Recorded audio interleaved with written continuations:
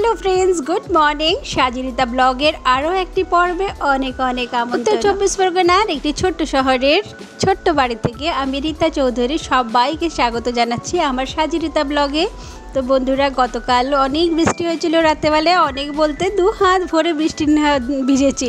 কিন্তু বন্ধুরা, এত সুন্দর আবহাওয়া হয়ে গেছে, আর সকাল সকাল কিন্তু আবার সেই রোদ, সেই তাপ।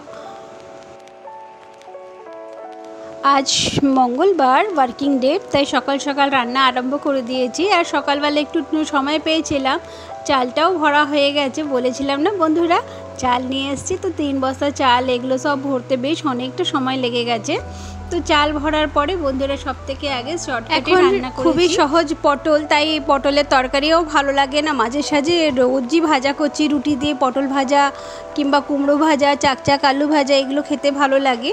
আর এখানে মাছ বসিয়ে দিয়েছি, মাছগুলো আস্তে আস্তে ভাজা করব, কারণ কড়াতে দিলে পরে না মাছ উল্টাপাল্টা করতে সময় 5 মিনিটও নষ্ট করা যাবে না। তাই একটুও 19-20 হলে খাবার ছেড়ে নিয়ে চলে যাবে, নেবেই না খাবার। তাই জন্যে বন্ধুরা করি কি, 2 মিনিট 3 মিনিট খুব ইম্পর্টেন্ট আমার জন্য। তো আমি একটা কড়াইতে তরকারি বসিয়ে দিয়েছি, আর একটা সাইডে মাছ ভাজা বসিয়ে দিয়েছি। এতে কি হয় বন্ধুরা, আমার কিন্তু রান্না করতে অনেক সহজ হয়ে যায়।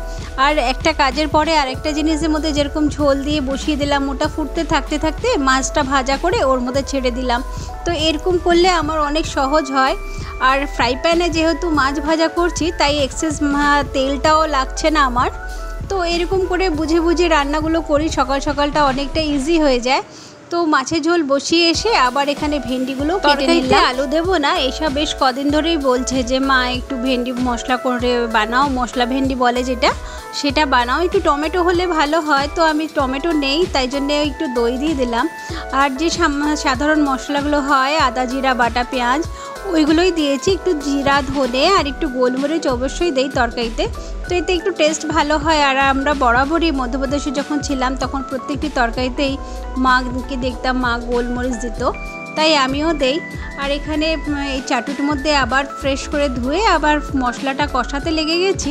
আর এখানে কষাতে কষাতে আরেকটা কড়ার মধ্যে ভেন্ডিটাও ভালো করে নরম হয়ে গেছে ভাজতে ভাজতে, কিন্তু কালারটা কিন্তু গ্রিন রয়েছে, একদম নষ্ট। যেহেতু এগুলো হাইব্রিডের ভেন্ডি, তাই জন্য বন্ধুরা এর মধ্যে প্রায় 2 হাতা মতন একটু জল দিয়েছি। জল দিয়ে আবার ঢাকনা দিয়ে স্লো করে বসিয়ে রেখেছি। আর এখানে 2-3টে রুটিও বানিয়ে নিচ্ছি। এই রুটিগুলোকে আমি তেল দিয়ে বেলেছি, আর আটা দিয়ে বেলতে ইচ্ছে করছে না, যা গরম না, গায়ের মধ্যে আটার গুঁড়িগুলো লাগে, আমার ভীষণ অড লাগে। রান্না বান্না সব হয়ে গেছে, ঈশ্বর বাবা তো রুটি নিয়ে যাবে না, তাই ওনাকে দই দিয়ে চিড়া সুন্দর করে ধুয়ে আবার যেরকম আমি রেগুলার দেই ঠিক ওই রকম দেওয়া হয়ে গেছে, টিফিন দেওয়া হয়ে গেছে, নিয়ে চলে গেছে ঈশ্বর বাবা।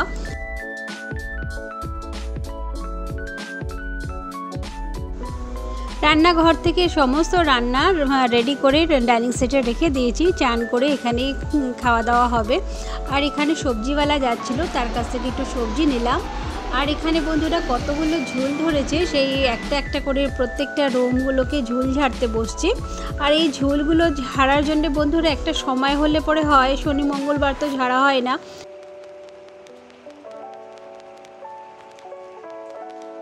ঈশ্বর বাবা আর ঈশা দুজনেরই সময় হচ্ছে না, তাহলে ওরাই কিন্তু পরিষ্কার করে দেয়। ঝুল ঝাড়ার আমার মানে কাজ নয়, কারণ ওরাই কিন্তু ভ্যাকিউম ক্লিনার দিয়ে করে। আর আমি ঘরের তলাইগুলো যেগুলো ঝুলগুলো থাকে কিংবা নোংরা থাকে, সেগুলো আমি পরিষ্কার করে দিই ঝাঁটা দিয়ে, মপ দিয়ে। কিন্তু উপর যেগুলো হয় আমার হাতও যায় না। আর দ্বিতীয়ত ঈশার বাবা ওগুলো মেশিন দিয়ে করে, খুব সুন্দর পরিষ্কার হয়। একটু খাটনি হয় ঠিকই, কিন্তু খুব সুন্দর চকচকে ঘর দুয়ার পরিষ্কার হয়। ব্যাস ঝুল ঝাড়া হয়ে গেছে, এবার ঘরগুলো ঝাড়ু দিয়ে সুন্দর এক জায়গায় করে দেবো। তারপর পরে যে কাজগুলো থাকবে সেগুলো অঞ্জনা এসে করে নেবে। আর এখানে আমি চান ঠান করে চলে আসি, চান করে এসে পুজোটা দিয়ে নেই।